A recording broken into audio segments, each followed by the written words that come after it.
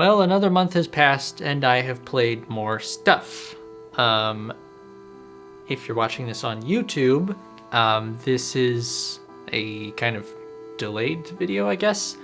This will be for January of 25, and this has been posted on Patreon for about a month now. So if you want to see these earlier, subscribe to the Patreon. But with that said, the first thing that I'm talking about today is Baldur's Gate 3, which obviously came out a year and a half ago or something, I guess. I'm not exactly sure when, I just know it was 23. And, you know, I heard all of the effusive, huge praise that this game got back then, and I said, that's nice for the people who like that. I just kind of expected to not really be into it myself, because of like the genre and the perspective. Everything I was seeing was from kind of a eye in the sky, isometric perspective kind of thing, and I don't know, personally, it's hard for me to make a connection with like the characters and the events, you know, when I'm way the hell up there. But in playing the game, I found out you can bring the camera in closer a lot of the time. And then, of course, all of the dialogues and cutscenes and stuff, those are more traditionally shot. A lot of them are kind of basic. It reminds me a lot of like old school BioWare, Golden Age BioWare, I like to think of it, like, you know, Mass Effect, Dragon Age era. I'm really reminded of Mass Effect because that was kind of the one that I got into. But yeah, the dialogues and the characters remind me a lot of that era of BioWare, which is a big compliment because I like Mass Effect 2 is, I think, maybe in my top 5. If not, it's very close. Really love the Mass Effect games, and this game has like some incredible writing. I've been playing it with my wife, co-op, and we've just been amazed and shocked, you know, by some of the things that have happened, just random stuff. I see a squirrel walking by, I decide to talk to it, and it's like, oh, I actually am having a full-on conversation with this squirrel, and they don't leave any stone unturned. It's kind of amazing how much thought and care and love was put into this game. Which is not to say I'm like over the moon about it necessarily. I am enjoying it quite a lot, but there's, you know, it's very dense for one thing. I've never been a person who has been into Dungeons and Dragons generally. Obviously, this is a Dungeons and Dragons game, and it comes with like all of that baggage. You know, you have to create your character at the beginning. I guess you could just go with like playing as one of the NPCs, for lack of a better term. But I wanted to kind of go all in, make my own character. It's a lot of stuff to consider. There's like all these cantrips, spells, and skills, and affinities, and whatever else. Just a lot of stuff to think about. Like, every time we get enough points to level up, I kind of dread it, because it's like, I'm gonna have to stare at this menu again for a long time and consider all these things that I'm going to then forget about, you know, in combat or exploration. There's been a couple of times already, I'm about 20 hours in, there's been a couple of times already where I have completely forgotten about something that would be very useful. Like, we're running up against this roadblock. I'm just beating my head against it, and then I go, oh wait, there's this whole other fucking path that we discovered that we hit pause on, and boom, let's go that way, you know? Or, you know, I have this spell that, oh, it would have been really useful if I used that. but I completely forgot about it, or I just didn't consider the application. My brain just doesn't really work in the way that this game wants it to. And consequently, it's been pretty hard for me. I wasn't expecting it to be difficult, but we have really had some trouble with, like, especially some of the combat encounters. Like, they've just been absolute trials, some of them. And again, I was not expecting this, but the frustration has been mostly worth it for, you know, the narrative and character stuff. There's some very cool characters in this game. I know a lot of people are like, every single character is amazing and I love them, and it's the second coming of Christ. I don't really feel that way. I feel like a lot of them are good. Some of them, I will say, I don't care for that much so far. I really like Karlach. Like, right away, I really liked Karlach. Karlach is pretty sick.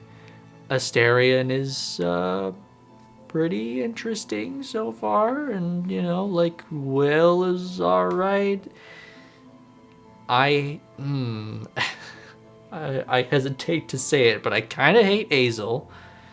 She's just so off the handle. She's like, I want to kill everyone all the time, you know, including people in the party. And it's like, okay, well, that sucks. I don't want you around if you're just gonna try to fucking kill people in their sleep. Anyway, I'm getting too deep into it. Very interesting characters and narrative stuff, so it makes it worth the struggle of the combat, though I am probably going to try to bump the difficulty down. Another pleasant thing about it, on PC, it's been like an easy breezy experience. Like, you know, I had no trouble like getting it to run an ultra wide. Everything just runs really smoothly. It switches pretty easily between like controller and keyboard, and there's even like a totally different UI for those two controller keyboard play styles. It's totally different UI layout, which is pretty interesting.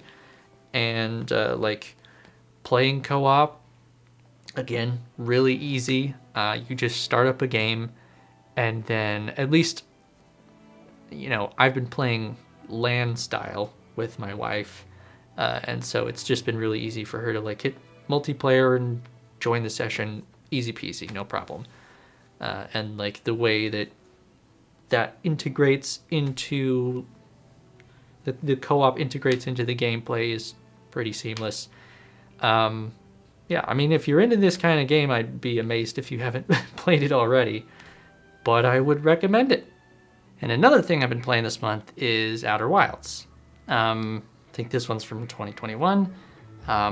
Again, I've heard plenty of people say fantastic things about this game, and how it's really great. And finally, I just heard enough things about it. I think I heard someone say it's one of the greatest games that they've ever played, and it's so transformative. And I was like, okay, fine, I'll check this frickin' thing out.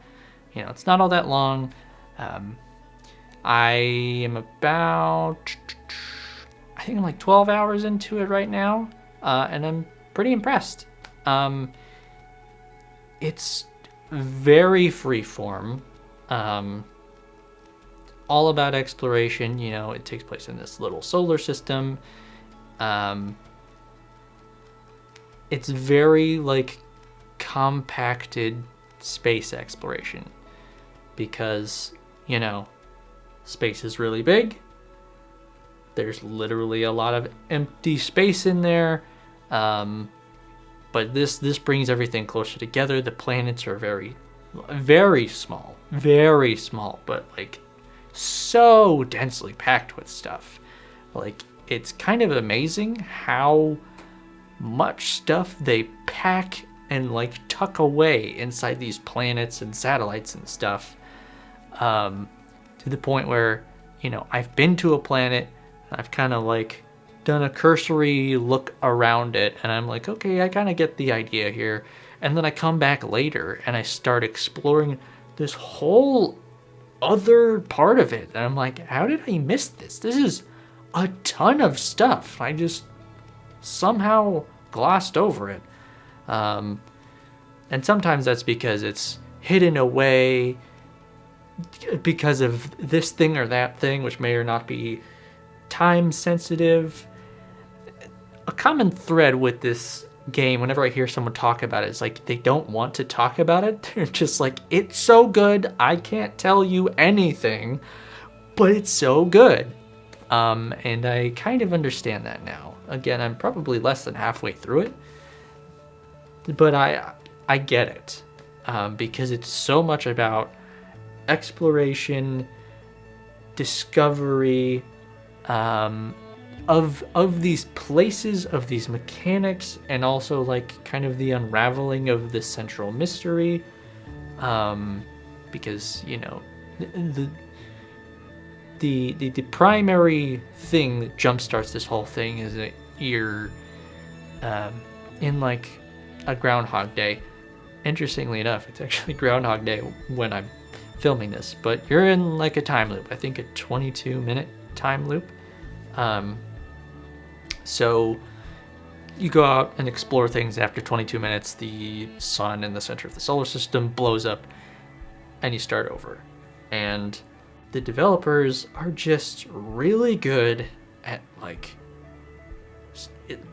spacing and pacing out all of these little mysteries that contribute to the larger mystery for you to just find.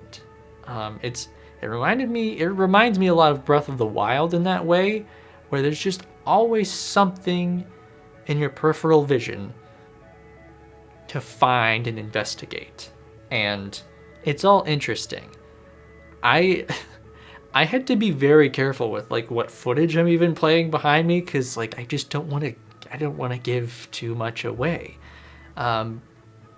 Because there have been a good handful of things, I would say, that were actually awe-inspiring. Like, I was just so shocked that this thing is here, or like this thing works like this, or oh, this is a callback to that. Like, it's just so well laid out. And even the basic systems that are in place are kind of fascinating right from the jump. Like the way that gravity affects things in real time, or just the momentum of traveling through space. I'm used to living on a planet with gravity. And so whenever I'm traveling through space toward a planet, if I'm not using autopilot, which I don't most of the time, I get going really fast, but I can't really tell because there's nothing around me.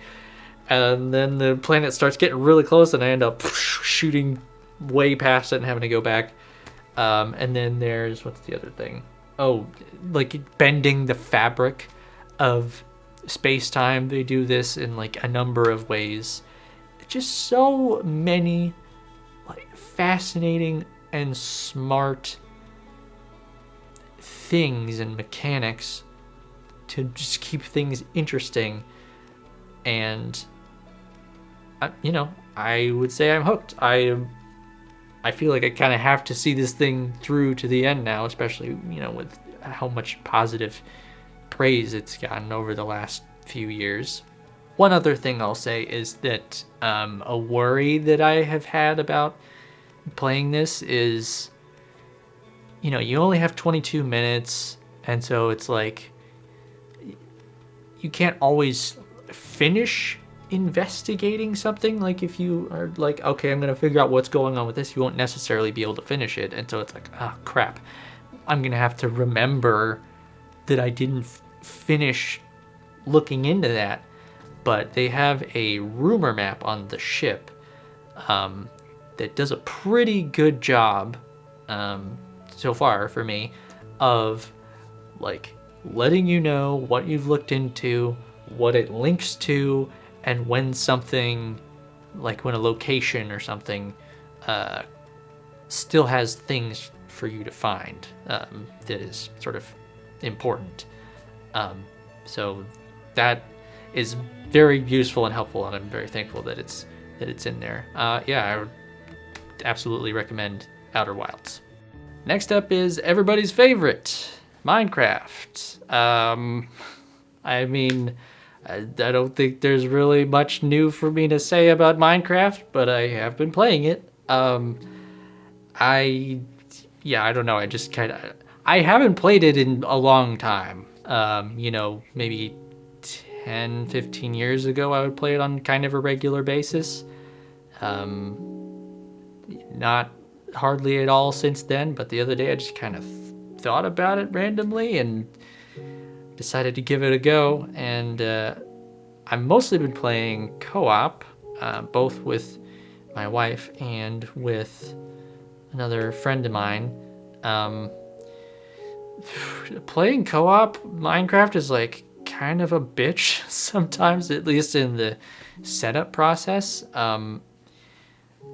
Like with my wife, she was on Steam Deck, and so getting Minecraft installed on a Steam Deck is like a little complicated because it's not a Steam game and it's like its own separate thing, and you gotta get it installed on there. And then I think I ended up going with the Java version, and I had to like figure out how to make the co-op work for that. It was a little bit of a nightmare, but once you get it set up, it's fairly easy to get back into it. And it's Minecraft. I will say it's nice to kind of discover new things, because like I said, I was regularly playing it 10, 15 years ago. There have been plenty of changes since then. They have bees now, and I think that's it. No, there's like, plenty of new animals, new like biomes, new minerals and other resources, enemies. I have been playing on peaceful mode with the wife. Playing on peaceful mode, turned off all damage.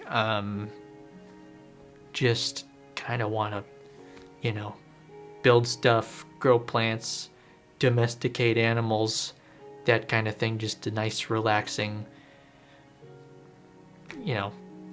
session. And then, with my friend, I've been playing non-peaceful mode, so I've kind of been getting a little bit of both, and both are good. It's Minecraft, you already know. I don't know, it's just good to be reminded of games sometimes, even if it's something you already know about. I remember a few years ago, my wife and I did start playing Minecraft a little bit, and it was because someone we watched on YouTube, started playing it. And so I was like, oh, yeah, that's something that we could do. So maybe that's happening for you right now. I guess the one other thing I can say is that it's been nice to use like the ray tracing function. I know it's a bit of a meme, like Minecraft is the most kind of boilerplate game, graphically speaking. It's a bunch of, simple cubes. But adding the ray tracing in there, it's quite a glow up. I mean, you can kind of see it behind me a little bit. It's been pretty nice. I've been really enjoying that aspect. But Minecraft, I'd maybe play it. Lastly, I have finally finished the Silent Hill 2 remake, which I did start in October, I think it was, that it came out. I was playing it with a friend, and adult schedules and all that. Finally finished it this month, and overall, I'm very impressed. When this was initially announced, I, along with many other people, had very little faith that this would come out to be anything more than decent. But I have heard fantastic things, by all accounts, and I would mostly agree with what I've heard. I did think it was too long. I mean, it's like twice as long as the original, I think. First of all, my kind of history with the series, I think I played Silent Hill 2 first, 10 plus years ago or something. and I don't think I really got it back then. I still don't know if I do. I don't know. I found their performances kind of weird and stilted in a not necessarily enjoyable way. I don't know. It's like David Lynch movies, you know. It's like I guess I see that there is something there, but I don't get it. That's how I feel about the original Silent Hill 2. I played through it though. It was interesting enough to kind of pull me through to the end. So I had played and finished it, you know, more than a decade ago. And it's at some point I played a little bit of Silent Hill 3, probably like not more than 3 hours. I just didn't stick with that one. And then maybe about a year ago I played Silent Hill Shattered Memories. Don't ask why. That was an experience. And so now we got a Silent Hill 2 remake, and I found it a lot easier to like connect with the characters and the story in this remake with, you know, the kind of style that they went with, a little more natural. That was just easier for me to relate to, as opposed to the weird, dreamy, you might say, very early 2000s voice acting kind of dialogue. Which, you know, a lot of people seem to like that. Good for them. I connect with this a lot more. Like I said, I do think it's too long. Like the dungeons, for lack of a better term, you know, like the apartment, the prison, the other ones that I'm blanking on right now, those kind of environments, they got old for me really fast. Like, our first session stopped like right smack in the middle of the apartments, like right when you cross over to like the other side. And I was really relieved for that, because I was like, damn, those apartments were long, and if I had to do that like again right away, ooh, I would have been tired of it. And then there's like 3 or 4 more of those kinds of areas, and it's like, okay, why are these so long? Holy crap. So yeah, they got pretty old. Thankfully, like the last 2 weren't terrible. I think the prison is probably my favorite one, pacing wise, and just in terms of the things that happen. But like, yeah, I think this game is 30 to 40% too long. I would like it a lot more if it were shorter, because really I mostly like the, you know, the stuff that is cutscenes, dialogue. There is also stuff, you know, in game that, you know, some of the puzzles really make you think, and there's some really cool imagery that you just kind of stumble upon. But there's also just some like weirdly obtuse puzzles or stuff that I would get stuck on that would drag out these already kind of long dungeon segments. Yeah, it's just too long. But the characters really carry it. Like the performances across the board are fantastic. You know, from where I'm sitting, just really great. Maybe like the odd line here or there that's a little weird, but otherwise like really solidly delivered. Very impressed with that. And another thing that I really appreciated was the combat. You know, I remembered playing the original one, and I remember the combat being clunky, you know, the way he raises the board. It's just like very stiff and awkward. And I was like, okay, that's like part of the DNA. You can't really change that or you're losing something. And probably a lot of people felt that way. But then I started playing this one, and almost immediately when I started using this new combat system, I was like, okay, this feels really good.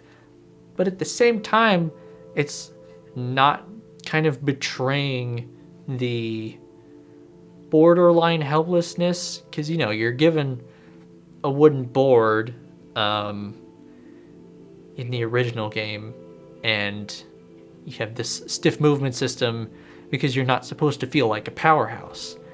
But and like they give you power in this remake, but everything is just unpredictable enough that you never feel like you're on top of the situation. But you can still have those satisfying moments where you like sprint at someone, you slam them and knock them out, and then you can stomp on them, and James has this like these guttural and, you know, flustered shouts and screams. It feels really good, but there's still that little bit of powerlessness. They struck a really delicate balance there, and I have to commend that. They did a really good job with that.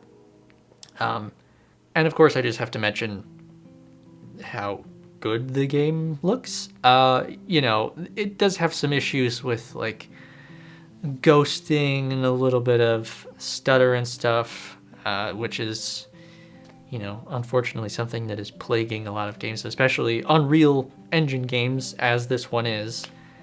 But even so, there's some really great imagery in this game. And I don't know how much of it is new. Like I said, I played the original one 10 plus years ago. But either way, there's some just really cool looking stuff in here, and it's rendered at like a very high fidelity. And it's nice to look at most of the time. I mean, sometimes you're looking at a bathtub full of mystery goop. But, you know, my point stands. It's pretty dang good. I would also recommend playing Silent Hill 2 Remake. But that's what I've been playing this month, and just like with the last video, I want your guys' input on this format. If there's something about it that you guys don't like, let me know in the comments. Maybe leave a like if you do like this kind of format. If this kind of video doesn't interest you at all, I want to know that too. Or even the way that it's kind of paced out, posting on Patreon a month early. Whatever input you guys have, I want to hear it. But anyway, thanks for watching. I'll catch you in the next one.